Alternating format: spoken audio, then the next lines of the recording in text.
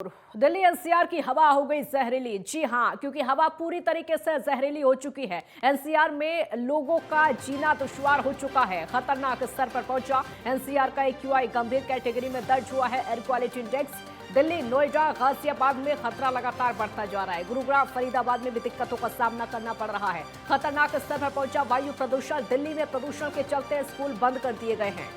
Delhi NCR में धुंध की चादर पूरे दिन के लिए छाई हुई है। कल भी ऐसे ही हालात बने हुए हैं और आज भी स्थिति कुछ वैसी ही है। प्रदूषण से हेल्थ इमरजेंसी जैसे हालात इस समय बने हुए हैं और लगातार लोगों को बीमारियों का भी सामना इस धुंध की वजह से करना पड़ रहा है।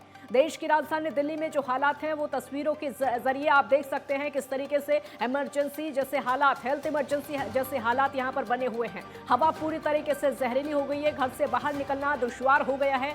बिना मास्क के अपने घर से बाहर ना निकले, ये खतरनाक साबित हो सकता है, क्योंकि एनसीआर का एक्यूआई लगातार बढ़ता जा रहा है। गंभीर कैटेगरी में इसको दर्ज किया गया है। परेशानियां लोगों को हो रही हैं। दिल्ली एनसीआर में आबोहवा पूरी तरीके से जहरीली हो गई है। जहर सांसों के जरिए शरीर के अंदर जा रहा है। एनसीआर में लोगों का जीना इस समय दुश्वार हो गया है। घर से बाहर निकलना दुश्वार हो गया है। खतरनाक स्तर पहुंचा एनसीआर का एक्यूआई, जो कि लगातार बढ़ता चला जा रहा है।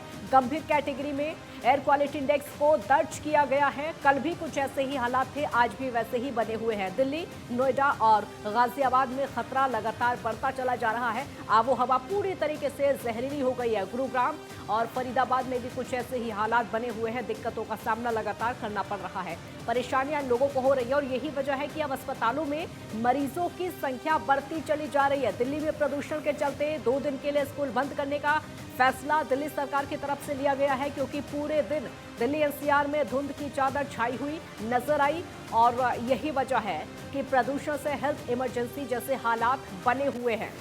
प्रदूषण से लोगों के स्वास्थ्य पर बुरा असर पड़ रहा है। लोगों को सांस लेने में दिक्कतें हो रही हैं, आंखों में जलन हो रही है। अस्पतालों में मरीजों की संख्या बढ़ती जा रही है और साथ ही साथ खांसी, गले में संक्रमण, आंखों में जलन, अस्थमा के मरीजों को काफी परेशानियां हो रही है।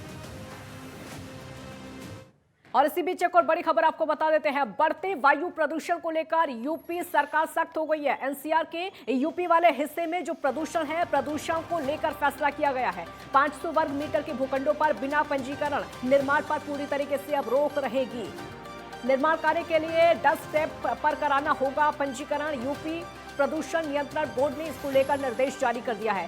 सीएम योगी आदित्यनाथ ने इसको लेकर पूरी तरीके से हालातों पर नजर बनाए रखने के निर्देश दिए हैं। बड़ी खबर आपको बता रहे हैं, क्योंकि देश की राजधानी दिल्ली में जैसे हालात है, पूरे एनसीआर क्षेत्र में भी कुछ ऐसे ही हालात बने हुए हैं। हालांकि ग्रैब 3 देश की राजधानी में तो लागू कर दिया गया है, लेकिन उत्तर प्रदेश में भी इसको लेकर अब अलग अलग नियमों का पालन करना होगा। निर्माण कार्य के लिए डस्ट ऐप पर पंजीकरण कराना होगा, उसके बाद ही कोई कार्य हो सकता है। यूपी प्रदूषण नियंत्रण बोर्ड ने इसको लेकर निर्देश जारी कर दिए हैं। सीएम योगी ने हालातों पर नजर रखने के सख्त निर्देश दिए हैं। बढ़ते वायु प्रदूषण को लेकर यूपी सरकार पूरी तरीके से सख्त है।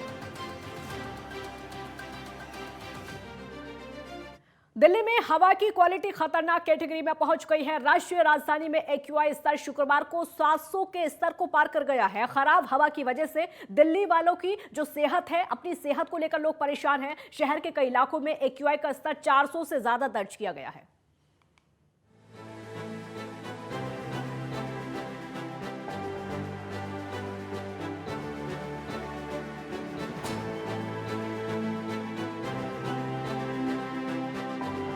दिल्ली में हवा की क्वालिटी खतरनाक कैटेगरी में पहुंच गई है। राष्ट्रीय राजधानी में एक्यूआई स्तर शुक्रवार को 700 के स्तर को पार कर गया। खराब हवा की वजह से दिल्ली वाले सेहत को लेकर परेशान हैं। शहर के कई इलाकों में एक्यूआई का स्तर 400 से ज्यादा दर्ज किया गया है। शहर पे निकला, सांस लेना दुश्वार हो रहा है पूरा। यहाँ पे इतनी पोल्यूशन हो रही है, अब तो निकलना ही दुश्वार हो रहा है। ना जॉगिंग कर पाते, ना सुबह की सैर कर पाते हैं। बहुत ज़्यादा दिल्ली का हाल बहुत बुरा है। सांस लेने में भी बता रही दिक्कत हो रही है। बहुत दिक्कत होगी, आंखों में इतनी जलन हो रही है, सांस नहीं ले पा रहे ढंग से। हम सोचते थे पहले, तो अभी कुछ दिन पहले एकदम शुद्ध वातावरण सुबह सुबह निकलते थे।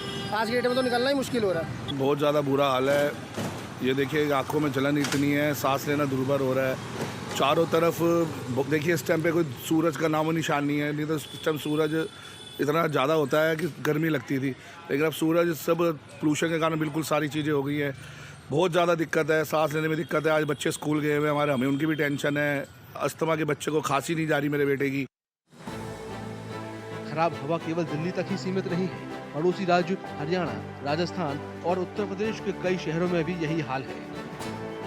फरीदाबाद में लोगों ने सांस लेने में तकलीफ की शिकायत की। वहां पर AQI का स्तर 500 के करीब पहुंच गया है। मैं रोज निकलता हूं यहाँ मॉर्निंग वॉक के लिए। आज कुछ तकलीफ सी हो रही है, सांस लेने में थोड़ा दिक्कत हो रही है और कुछ महसूस हो रहा है इसकी वजह से देखने से। आंखों में जलन और कुछ हल्का सा लग रहा है, खास करके ब्रीदिंग में ज़्यादा लग रहा है थोड़ा। बहुत ज़्यादा हो चुका है और मैं तो ये कहूँगा कि दिवाली पे कम से कम लोग पटाखे फोड़ें जो पॉल्यूशन साफ सुथरा रहे। कोई नुकसान हो रहा है? नुकसान, आँखों में जलन, सांस लेने में दिक्कत, बच्चों को बीमारियाँ पकड़ रही हैं, बुजुर्गों को बीमारी पकड़ रही हैं। पॉल्यूशन से बहुत ज़्यादा नुकसान हो रहा है। दिल्ली NCR के अस्पतालों में लंबे समय से खांसी, गले में इन्फेक्शन, आंखों में जलन और नाक रिसने के मामलों में बढ़ोतरी दर्ज की गई है। दिल्ली के कई हिस्सों में हवा गंभीर कैटेगरी में पहुंच गई है। डॉक्टरों ने लोगों को आगाह किया है कि वे कसरत करने या टहलने के लिए सुबह जल्दी बाहर नहीं निकलें। घर से मास्क पहनकर ही बाहर निकलें। दिल्ली में जो आप सांस ले रहे हो, सांस में अंदर में आपके जहर जा रहा है और उस जहर में क्या है, उसमें कार्बन मोनोऑक्साइड है, नाइट्रस ऑक्साइड है, सल्फर ऑक्साइड है, लेड जैसे खतरनाक हैवी मेटल पॉइजनिंग वाले पार्टिकल है। और उसके साथ एक पार्टिकुलेट मैटर जो डस्ट उड़ रही है, उसमें जो स्मॉग बनकर जो खतरनाक ये लेड और हैवी मेटल है वो आप सांस के रास्ते अंदर ले रहे हो। तो उस गैस से बचना है तो N95 मास्क यूज़ करो आप। सबसे इम्पोर्टेंट तो यही हो गया अभी तुरंत में। तो पटाखों, धान की पराली जलाने और प्रदूषण की दूसरी वजहों से सर्दियों के दौरान दिल्ली की हवा बेहद खराब हो जाती है। दिल्ली NCR में जो पोल्यूशन है वो काफी ज्यादा बढ़ चुका है। उसका कारण यह है कि हवाएं काफी ज्यादा कमजोर हो गई हैं। टेम्परेचर 16-17 डिग्री के आसपास है, जिससे कि सुबह के समय मिस्ट और हेज बन जाती है।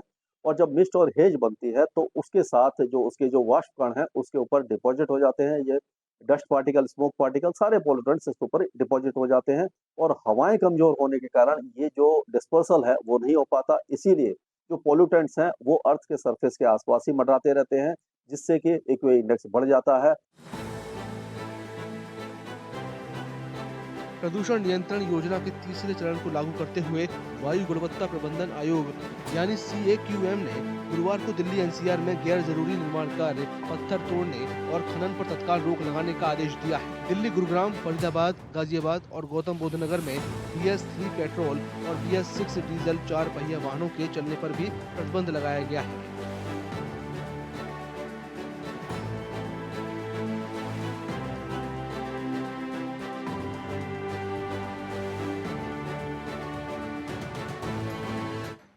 कांग्रेस महासचिव जयराम रमेश ने कहा कि बीजेपी ईडी और सीबीआई का दुरुपयोग कर रही है और प्रतिशोध की राजनीति कर रही है। जयराम रमेश ने दावा किया है कि राजस्थान और छत्तीसगढ़ विधानसभा चुनाव में बीजेपी की हार निश्चित है, क्योंकि राजस्थान और छत्तीसगढ़ के लोगों को कांग्रेस पर पूरा भरोसा है। आपको दिखाएंगे उन्होंने क्या कुछ कहा। उससे पहले एक छोटे से ब्रेक यहां पर रुकेंगे, जल्द लौटेंगे।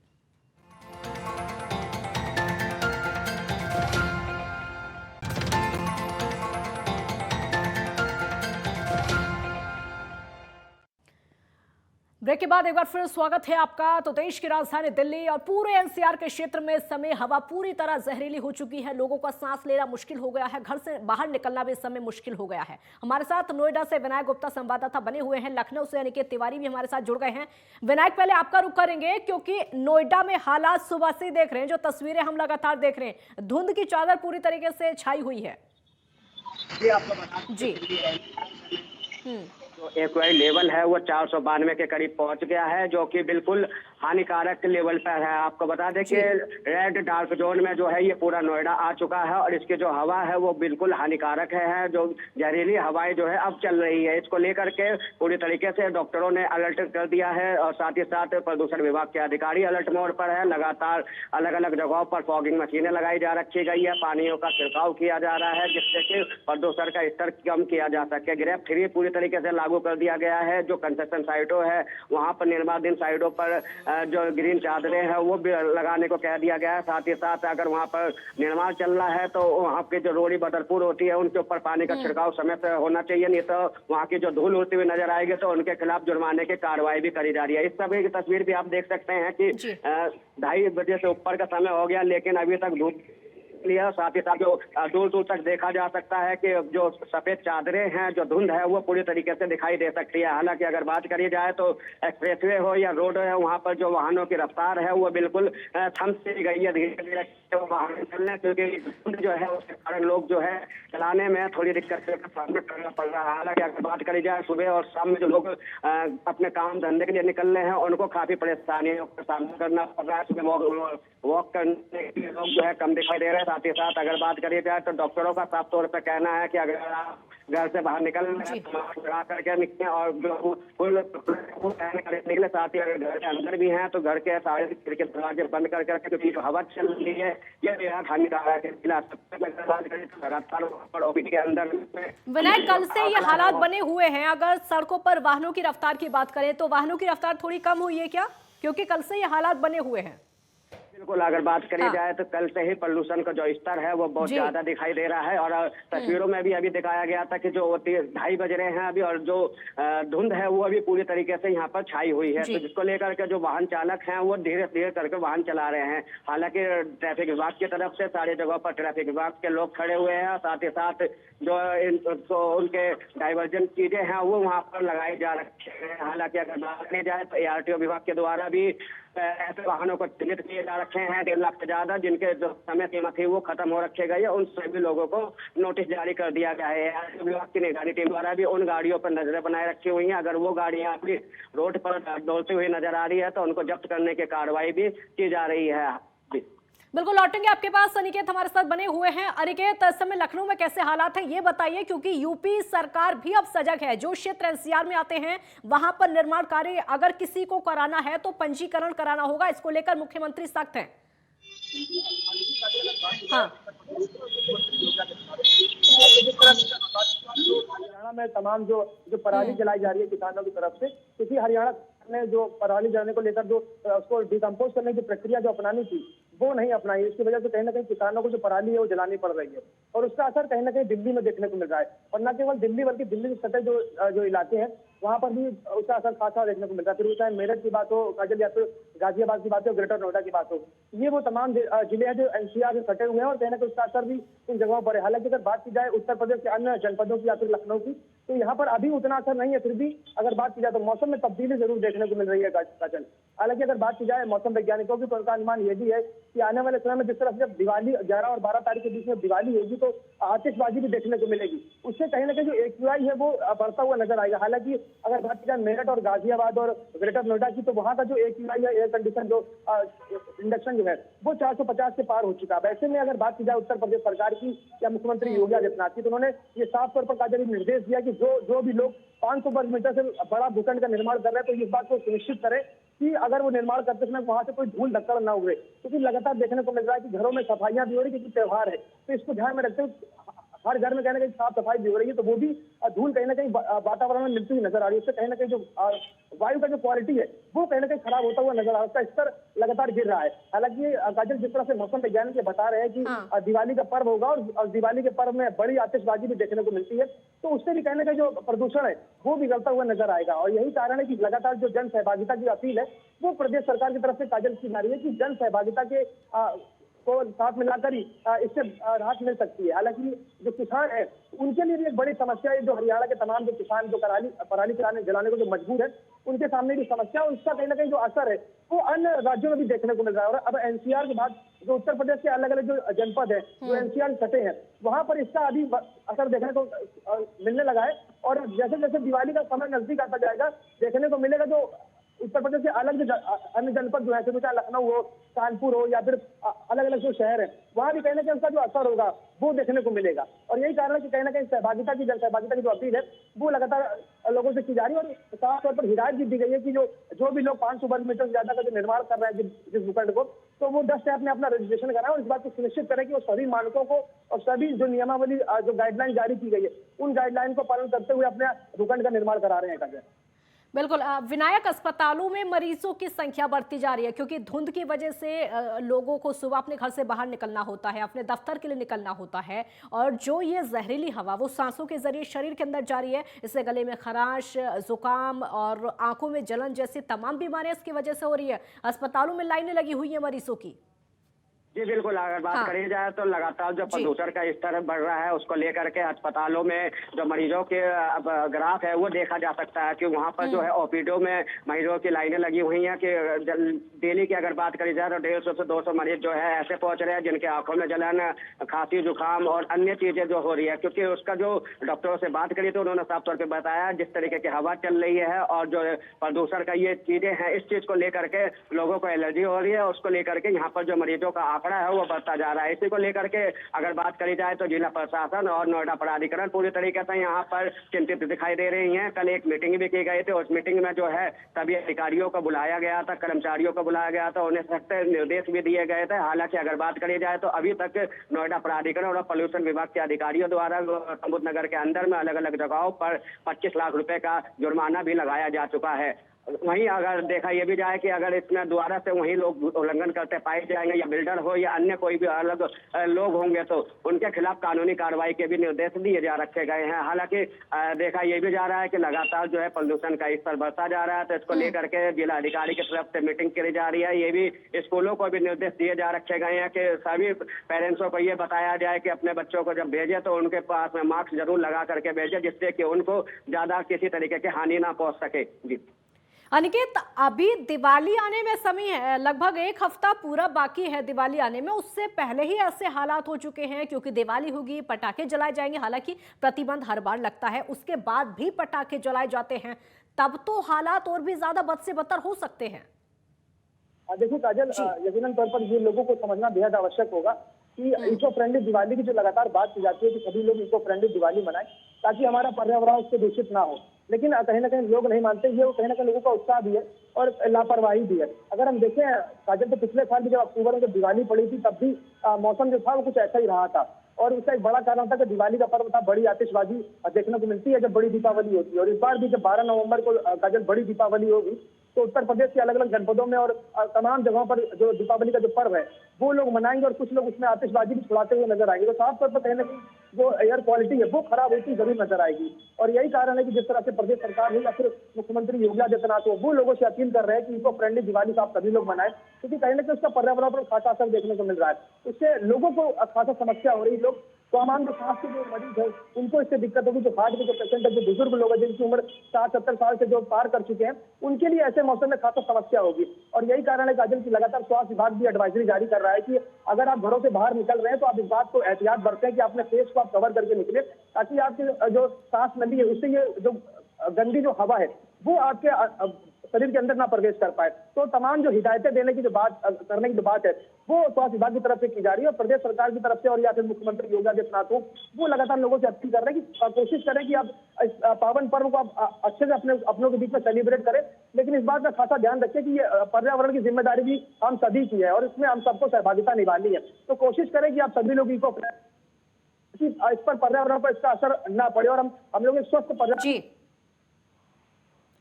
बिल्कुल अनिकेत, बहुत शुक्रिया आपका इस पूरी जानकारी के लिए। विनायक, आपका भी बहुत शुक्रिया इस पूरी जानकारी के लिए, क्योंकि जैसे हालात इस समय बने हुए हैं, ये देखिए किस तरीके के हालात इस समय बने हुए हैं। प्रदूषण लगातार बढ़ता चला जा रहा है। किसने राजधानी को कितना प्रदूषित किया है, पराली ने कितना किया है, ट्रांसपोर्ट ने कितना किया है और अन्य चीजों ने कितना किया, देखिए ग्राफिक्स के जरिए आपको समझाते हैं। पराली ने 22.31%, ट्रांसपोर्ट ने 11.275% और उसके अलावा जो अन्य चीजें हैं 19.94%। ये देश की राजधानी दिल्ली को प्रदूषित किया जा रहा है। सबसे पहले नंबर पर पराली इसमें, क्योंकि पराली जो जलाई जा रही है उसकी वजह से बहुत ज्यादा प्रदूषण फैल रहा है। और दूसरे नंबर पर ट्रांसपोर्ट आता है, जो कि देश की राजधानी दिल्ली में भी चल रहे हैं और अगर आसपास से भी गुजरते हैं तो उनकी वजह से भी प्रदूषण दिल्ली में इकट्ठा होता है, देश की राजधानी दिल्ली में होता है और ये हर साल तस्वीर ऐसी ही देखने को मिलती है। तो लगातार हम आपको ग्राफिक्स के जरिए समझा रहे हैं कौन सा राज्य कितना प्रदूषित है। देखिए AQI लेवल हम आपको बता रहे हैं, दिल्ली 464, गाजियाबाद 418, फरीदाबाद 368 और उसके अलावा नोएडा 485, गुरुग्राम 441। गाजियाबाद का अगर AQI हम देखें तो गाजियाबाद भी 418 में दर्ज किया गया। देखिए सबसे पहले नंबर पर देश की राजधानी दिल्ली आती है। अगर 400 को ये लेवल अभी क्रॉस कर चुका है तो आप इससे अंदाजा लगा सकते हैं कि दिवाली के समय और दिवाली के बाद क्या हालात होने वाले हैं।